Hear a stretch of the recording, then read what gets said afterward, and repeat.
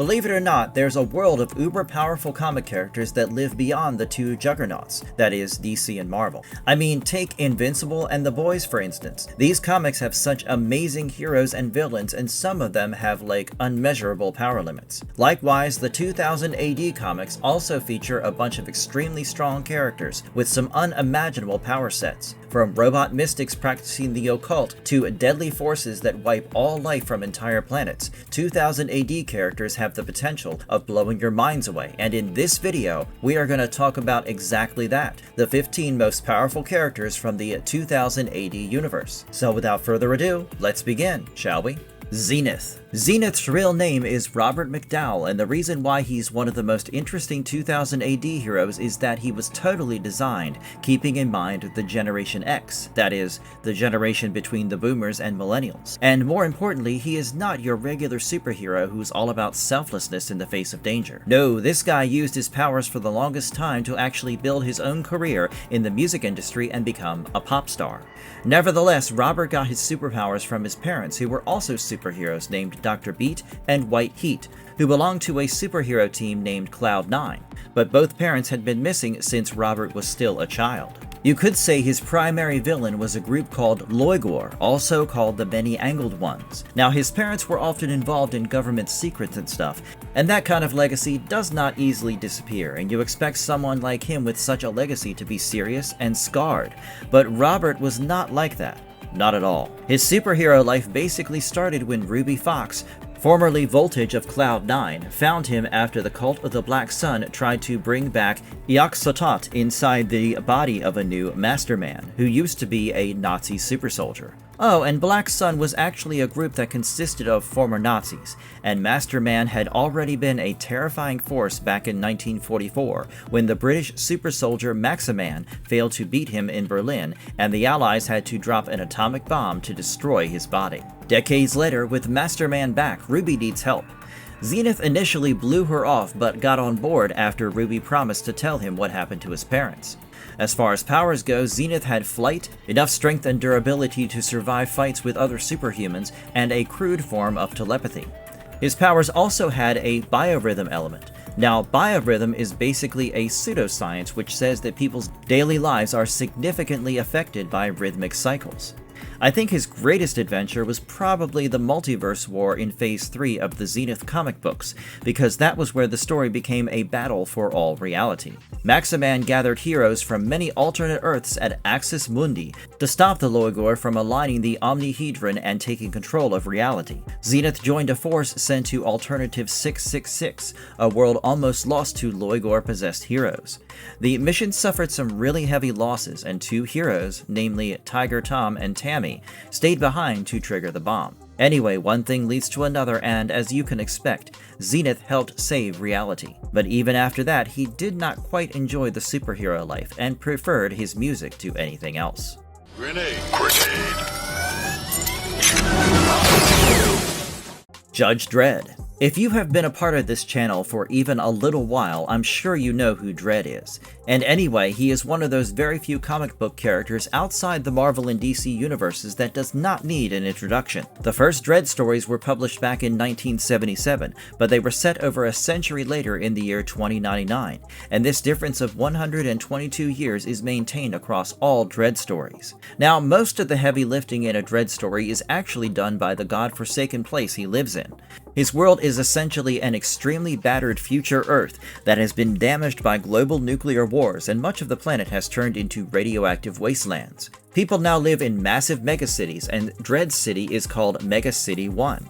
It is huge, overpopulated, filled with crimes of all kinds, and surrounded by the Cursed Earth, a radioactive desert full of outlaws and mutants, and governing Mega City 1 are judges, who basically serve as the judge, jury, and executioner.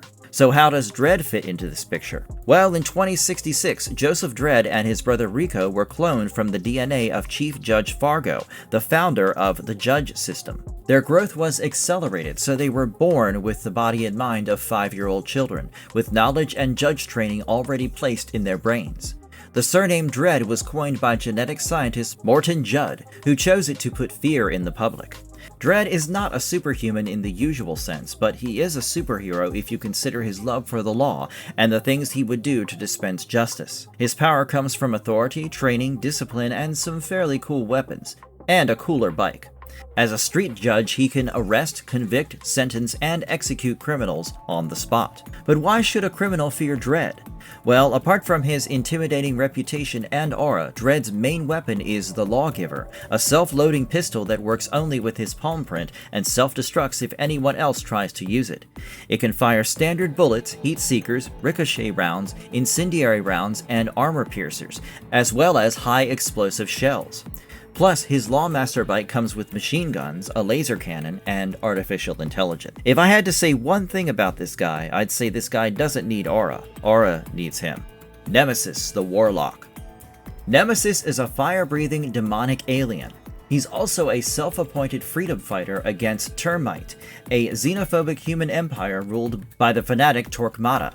Another thing you should know about this guy is that he is a follower of the Chaos philosophy, which gives him a very strange sense of mortality. For instance, once he basically hijacked a bus full of children and crashed it, killing all of them while he himself escaped. So Nemesis is definitely not a good guy, but he's definitely not completely evil either. Now, his personal war against Torquemada began with grief, or at least what he believed was grief. Nemesis thought his wife Chira and son Thoth had been killed by Terminators on Torquemada's orders. Unknown to him, Thoth had survived by placing an enchantment on Sir Hargan. He fought Torquemada for years and even reformed the robot mercenaries called ABC Warriors to help him. But his human ally, Purity Brown, eventually realized the uncomfortable truth that Nemesis was not much better than the tyrant he hated. In fact, Nemesis often used the mission as an excuse for his own action. But this is also something that makes him interesting. Like, he's an alien hero and verges on the boundary that separates a good guy and a bad guy. Power-wise, Nemesis is super strong. Firstly, he is a warlock by species. Oh yeah, his species is called Warlock. Any species that's called something like that is bound to be superior to most other species in the entire universe. Now, Nemesis is adept in several skills and abilities, including but not limited to sorcery, psychic force, and powers that are essentially capable of bending reality. He can breathe fire, use illusions, and disguise himself through projections. But that's not all, of course, and thanks to his psychic abilities, he can also read minds and form protoplasmic duplicates. Nemesis is also good when it comes to blocking spirits, affecting ghosts, and possessing living bodies. Of course, he can do puny superhero stuff like levitation, etc., so yeah, there are a lot of tricks up this Warlock's sleeves, but I must also note that at times, he needs additional tools and stuff to do things. For instance, he may need this particular elixir for astral projections, and his tricks can fail if he is distracted. So despite having absurd levels of powers, he is not invincible, and given his reputation, it seems like a good thing. Sláine MacRoth. Sláine could be called a savior and 2000 AD's answer to Conan, but I am more inclined to think of him as a big problem with a bigger axe. He is a wanderer banished from the Cessair tribe, and from there he crosses the Land of the Young, or Tir na Nolg, or the Irish version of the Netherworld, with Yuko, a dwarf who is equal parts greedy and useful, and basically, he's like the one of those traveling partners who could make your journey a million times more irritating. Anyway, much like most of the 2000 AD universes, the world of Sláine is also pretty harsh and deadly.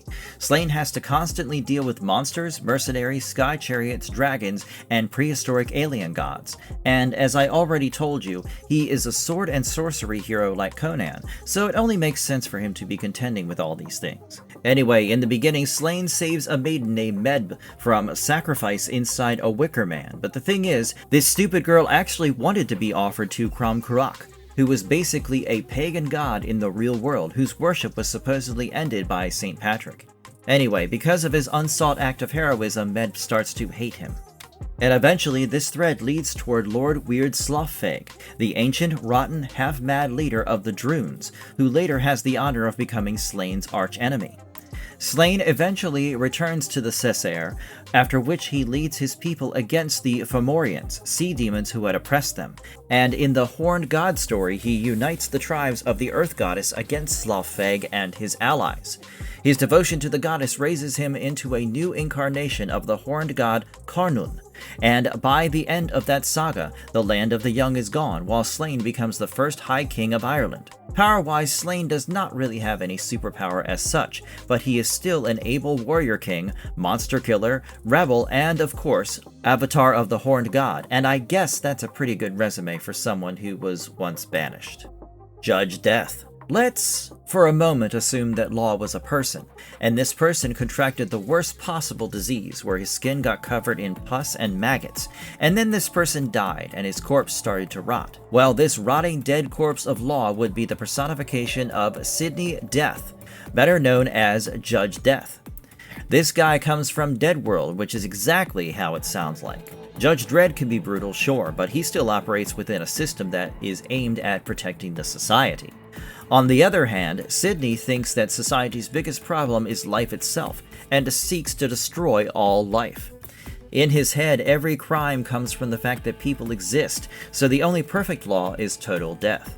Lovely fellow. Absolute family dinner material. As could be expected, Sidney's morals and belief system were the result of many years of depraved thinking. Since his very childhood, he would spend his spare time torturing his pet dog, shooting birds, and eventually he made his dog leap out of the window while playing fetch. But what really shaped him was the time he would spend with his dad, who was actually a serial killer and a dentist. The father taught him that people are better when they are dead. Sidney later reported him to the Deadworld judges, and when his father received the electric chair, Sidney himself turned on the switch. His father even praised him before death, which only underscores how messed up this father-son duo was. Sidney also murders 3 school bullies, because apparently school detention was not strong enough a punishment. When he joined the judges, it was not because he believed in order or public safety. He did so because the badge gave his sadism a uniform. Furthermore, after he graduated, he murdered his own mother and sister. And then Sidney met the sisters, and this was when Judge Sidney Death became Judge Death in the complete undead sense. He falls under their influence, joins them in cannibalism despite his initial revulsion, and allows them to perform the ritual that turns him into a corpse-hosted spirit. After that, he kills Deadworld's chief judge, orders mass slaughter across the population, converts many judges into dark judges, and then the 4 dark judges kill the remaining Deadworld judges because they have become too much like the living. Even alien explorers who reach Deadworld are not spared. Power-wise, death is a spirit inside dead flesh, so pain means little to nothing to this guy. And by extension, it means that you cannot really stop him by shooting or incinerating his body. What I mean is that extreme damage can slow his body down, but if the host is destroyed, his spirit can escape and possess a human. A new host can be prepared through chemicals that rot the flesh. He also has superhuman strength, can create illusions, invade minds, phase through matter, and kill by forcing his sharp fingers into a victim's body before bursting the heart. So yeah, this guy is one of the worst villains in comic book history. Rogue Trooper. Rogue Trooper is a genetic infantryman, or GI, bred by Southern scientists at the orbital base Millicom for the endless war against the Norts on New Earth. Just so you know, in the Rogue Trooper world there are 2 factions. The first one is Norts, who are fascists and are similar to the Nazis, while Southers are Democrats and are similar to the Allied forces. And New Earth, to put it mildly, is a hellhole in itself. The planet has become a poisoned wasteland where normal troops need full chem suits to stay alive. Having said that, Rogue Trooper and the other GIs can survive out in the open because their bodies were built for this hell. Then there's the Quartz Zone Massacre, which is basically where Rogue Trooper's whole life gets upside down and shred to pieces. The male GIs are wiped out during an airborne assault after one of Millicom's own generals betrays them. Rogue survives only to realize that there is a traitor at the top, after which he goes AWOL. But he does not leave alone, not really. He takes the helmet, rifle, and backpack of his dead friends Helm, Gunnar, and Bagman because each one holds a biochip with their preserved minds inside. So now Rogue is a lone soldier with 3 dead mates still with him, 1 in his helmet, 1 in his gun, and 1 in his pack. I mean, this is deeply sad, and yet somewhat practical, which is what makes the whole thing very 2000 AD. His first major goal is revenge. He wants to find the traitor general, kill him, and then return his friends to Millicom so the Gene Genies can regen them into cloned bodies. He works with Millicom again and goes AWOL again after alien forces use him for assassinations, and eventually learns that he has been used. His biochip friends receive new infant clone bodies with no memory of their old lives, and Rogue leaves them with kind scientists so they can have another chance. Needless to say, Rogue Trooper is built for war. He can survive choking agents, nerve agents, psycho agents, toxic agents, and other poisons that would kill normal humans. He can sprint for 16 hours, has a strength above a regular person, and carries with him gear that is half arsenal and half life support system for his friends. His biochip system also means a GI's mind can survive death, but only if the chip is removed and housed within 60 seconds. So technically, he is immortal, at least if everything works in his favor.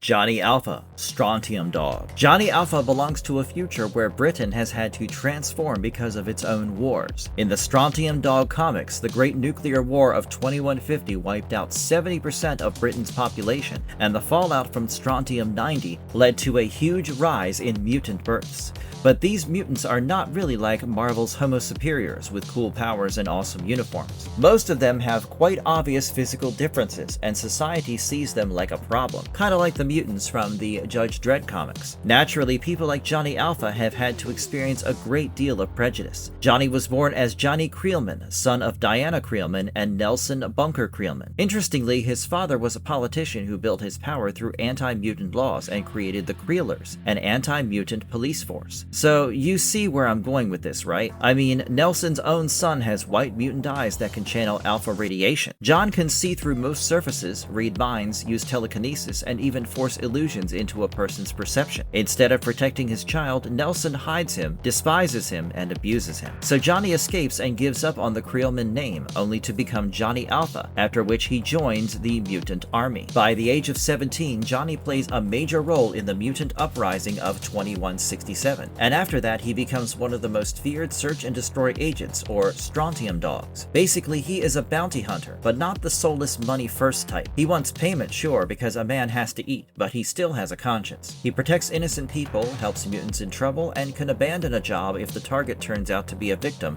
of something bad or if they are innocent. At the same time, if you hurt someone he sees as family, our boy Johnny can be very, very personal about payback. If you're wondering about the fate of his father, well, that man ends up trapped in a time loop and is forced to relive his final moments. As for Johnny's gear, he has a variable cartridge blaster, electrified brass knuckles, a short-range teleporter, a time drogue that can rewind a few local minutes, and time bombs that can move victims through time so they reappear in empty space. Add to all of these uber-cool pieces of weaponry and tools his mutant sight, mind powers, hand-to-hand skill, and that dry, cynical personality, and you get yourselves one of 2080's deadliest sci-fi heroes.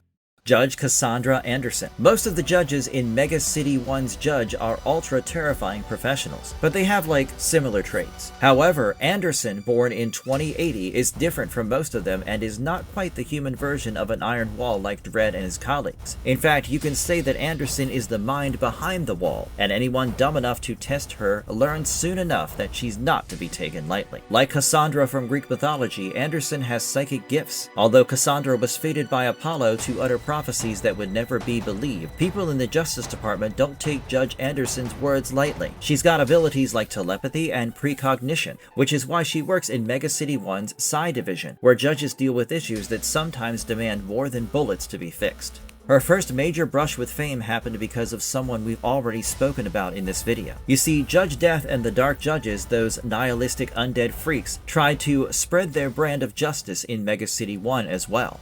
Anderson is possessed by Judge Death, but instead of letting him use her as a doorway forever, she traps herself inside Boeing, a tough but porous material. This keeps him contained until the Dark Judges later free her to release him. Even after that, Anderson returns to active duty, and she helps stop the Dark Judges more than once. Because they possessed and used her, her hatred for them became very personal. I wouldn't exactly send them a Christmas card either. Now, Judge Anderson should not be reduced to being just another judge who happens to have psychic powers. You see, she earns Dredd's respect because she is determined, capable, and lethal when the job wants her to be those things. And she could be these things even against men, women, or children if the law forces that choice. But what I really like about Anderson is that she also has extremely human emotions like humor, friendships, doubt, and remorse. And these things are largely missing from most of the judges, especially Dredd. In fact, she is also very aware of the fact that Mega City 1's justice system has cracks wide enough to park a lawmaster in. Anyway, Anderson eventually resigns from the system, and after a series of space adventures, she returns to Mega City 1 and fights this psychic virus called half-life, which she, of course, manages to stop. By 2018, she was 60, and because side judges cannot use the same anti-age treatments as street judges, she doesn't have a lot of time left. Tharg the Mighty. Tharg the Mighty might just be the most ridiculous comic book idea ever, but if you just give it a moment, you realize that this is the good kind of ridiculous, something that gives 2000 AD its personality. He is not a superhero in the usual capes and punches kind of way. You see, he is the fictional editor of 2000 AD and was introduced on the cover of the very first issue in 1977, and he has remained one of the comic's most constant figures. In fact, only Judge Dredd has matched him if you consider the number of appearances, which is very funny when you consider that one is a deadly, no-bullshit lawman from Mega City 1 and the other is a green alien editor with a white mohawk. In-universe, Tharg comes from this planet called Quaxsan, which surprisingly orbits Betelgeuse, a very real red supergiant star. He has green skin, the famous white mohawk, and a red device on his forehead called the Rosette of Sirius. His whole personality runs on comic book arrogance, and the guy acts like an authoritarian boss, refers to himself as the Mighty One, and thinks of the actual creators behind 2000 AD as his droids. The joke is that every part of the comic, from script and art to letters and PR, is credited to these tired, troublesome droids, who are caricatures of the real people behind the scenes. To be honest, the more you learn about him, the funnier you find the whole thing to be. Tharg writes the comic's introductions, answers reader letters, hands out prizes for artwork and story ideas, and lets winners choose between pounds sterling or galactic groats. Dude mostly speaks English, but he throws in Betelgeusean sayings for extra flavor. Also, he eats polystyrene cups, because of course he does. But make no mistake, Tharg is extremely powerful, so much so that even 2000 AD says that the limits of his powers are beyond any means of calculation. Judge Mortis, Dark Judge. Judge Mortis is one of the 4 first Dark Judges and is a tall, bone-thin, horrific creature from Deadworld, with a sheep skull for a head, a skeletal bat in place of the eagle, and a badge that resembles a horse skull. And worst of all, he wears this dead judge as a uniform. As I said, Mortis hails from Deadworld, the same dead realm as Judge Death, Judge Fear, and Judge Fire. Among them, he serves as Judge Death's second-in-command and represents famine and drought, and his whole deal is decay. He believes, like the other Dark Judges, that life itself is a crime and the sentence is always death. After Deadworld fell, Mortis did not exactly take it well, and with no one left to kill, he sank into a strange, bleak routine. Then, true to form, he butchered them and became quite happy at the thought that more aliens might arrive and give him a way off-world. His major attacks on Mega City 1 began after Judge Death's capture. Mortis, Fear, and Fire arrived here and freed Death, after which they continued their judgment on the city, with thousands dead within minutes. He was later captured and contained, but was released during the Day of Chaos by SOV agents. In the end, Judge Anderson manages to eject him into space. As far as his powers go, Judge Mortis can possess corpses, take over people who are alive, and kill through touch by rotten decay. Among the Dark Judges, he may be the most sadistic, because he does not merely want victims dead. He prefers fear, pain, and that awful little wait before the end. Hammerstein, ABC Warriors. Hammerstein is essentially a robot soldier with a hammer for a hand, but there's more to him than meets the eye. He appears across Busters, ABC Warriors, and Nemesis the Warlock, and his origin starts with Quartz Industries, which built him as a Mark III war robot to fight the Volgan forces after they had conquered Britain in 1999. The Mark III line pretty much came into existence because the first 2 models were, let us say, not ideal HR material. The Mark I war robots, first used around 2009, could not properly tell friend from enemy, so they had to be destroyed. The Mark II models had moral values, but that made them pacifists who refused to fight. Hammerstein, the prototype Mark III, became the compromise. They were war machines with emotional responses, patriotism, and a hardwired belief that their commander is always right while the enemy is always beyond redemption. But the cracks in the system soon made themselves visible. When Hammerstein was only 3 months old, his programmer Jody Jones took him to a robot psychiatrist because the contradictions of war had left him catatonic.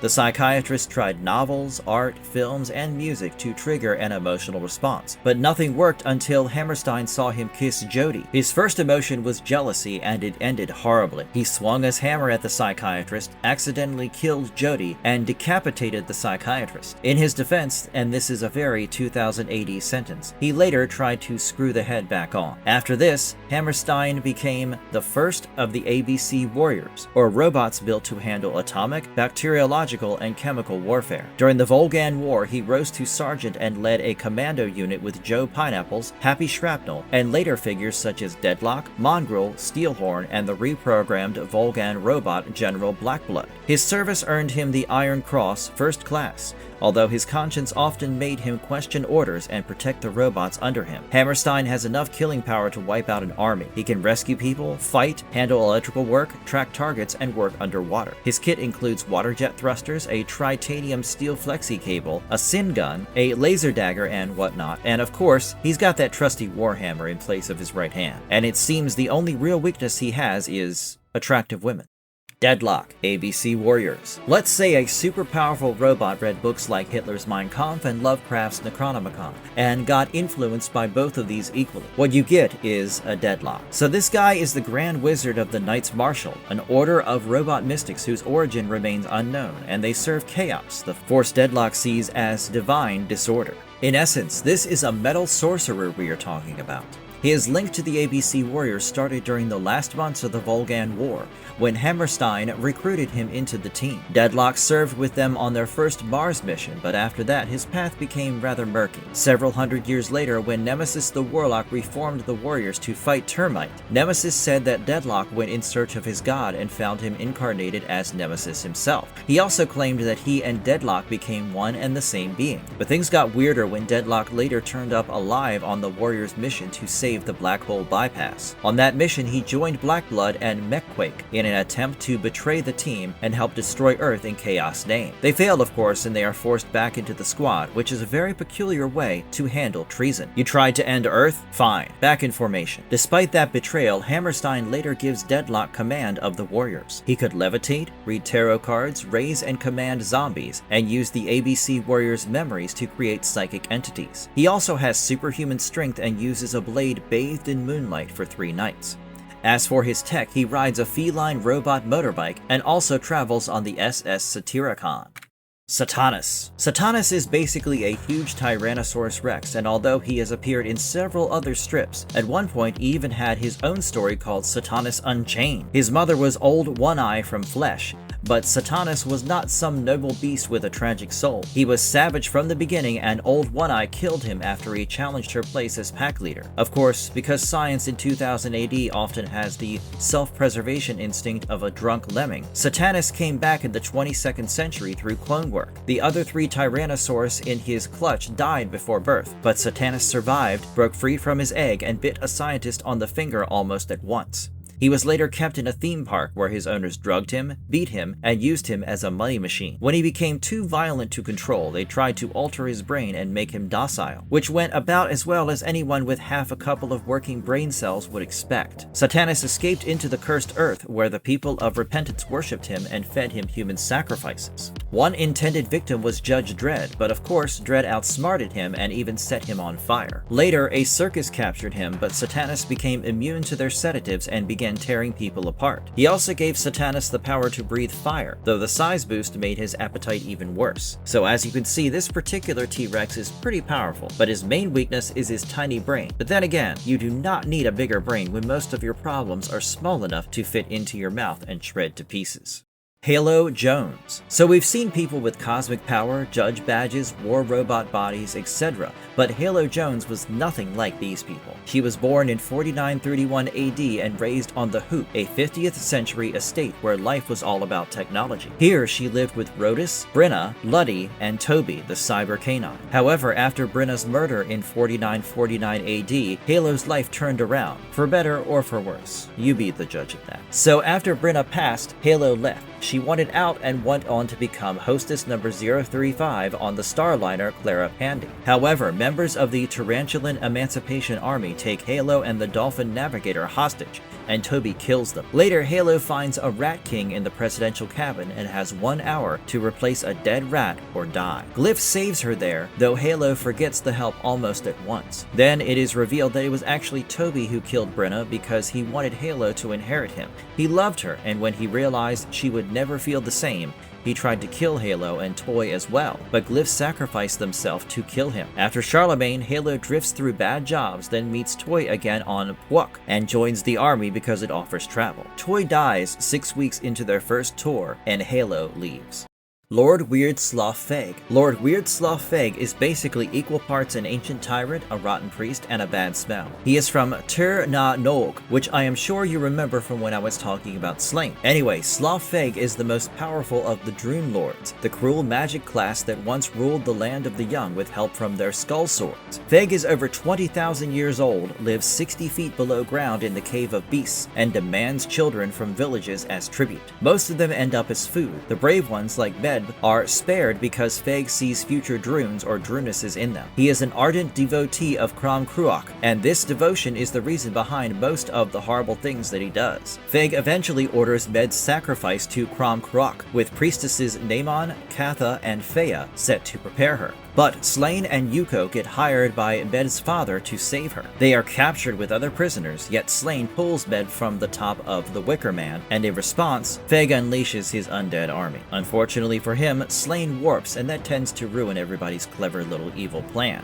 Now, although he may look like one, Slough Feg is no tavern creep with a knife. He can make people kill themselves, raise the dead, and use many forms of magic, and he became even more powerful after his later rebirth in a centaur-like form. He also has superhuman strength, shamanic gear, skull swords to carry his coffin, and yes, the stated weakness that he smells awful. Actually, it's not really a weakness for him, is it? So yeah, that was all in this one, guys. If you liked the video, please consider hitting the like, share, and subscribe buttons. Those 3 small clicks from you will help us tremendously in bringing you more of these awesome videos. Stay safe and have a good one.